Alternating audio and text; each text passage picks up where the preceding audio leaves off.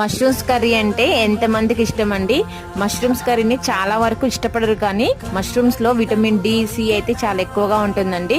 Weekly once అయితే ఖచ్చితంగా తీసుకోండి. మన హార్ట్ కూడా హెల్తీగా ఉంచడానికి హెల్ప్ చేస్తుందండి. ఫస్ట్ అయితే మష్రూమ్స్ ని ఆనియన్, టమాటో, మిర్చి అయితే కట్ చేసి పెట్టుకోండి.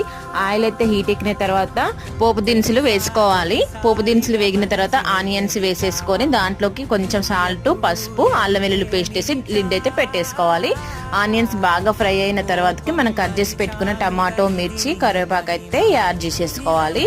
టమాటో బాగా మగ్గిన తర్వాత కట్ చేసి పెట్టుకున్న మష్రూమ్స్ అయితే యాడ్ చేసేసుకోవాలి. మష్రూమ్ లో వాటర్ కంటెంట్ ఎక్కువగా ఉంటుందండి, అందుకే మనం ఎక్స్ట్రా వాటర్ యాడ్ చేయని అవసరం లేదు. ఆ వాటర్ అంతా వెళ్ళిపోయిన తర్వాత మష్రూమ్స్ లో కారము, ధనియా పౌడరు, గరం మసాలా, కొంచెం సాల్ట్ వేసి కలిపేసుకోవాలి. ఒక 5 మినిట్స్ మగ్గించుకున్న తర్వాతకి ఇందులోకి కొంచెం కొబ్బరి పౌడరు, కొత్తిమీర యాడ్ చేసుకుంటే మష్రూమ్ కర్రీ రెడీ.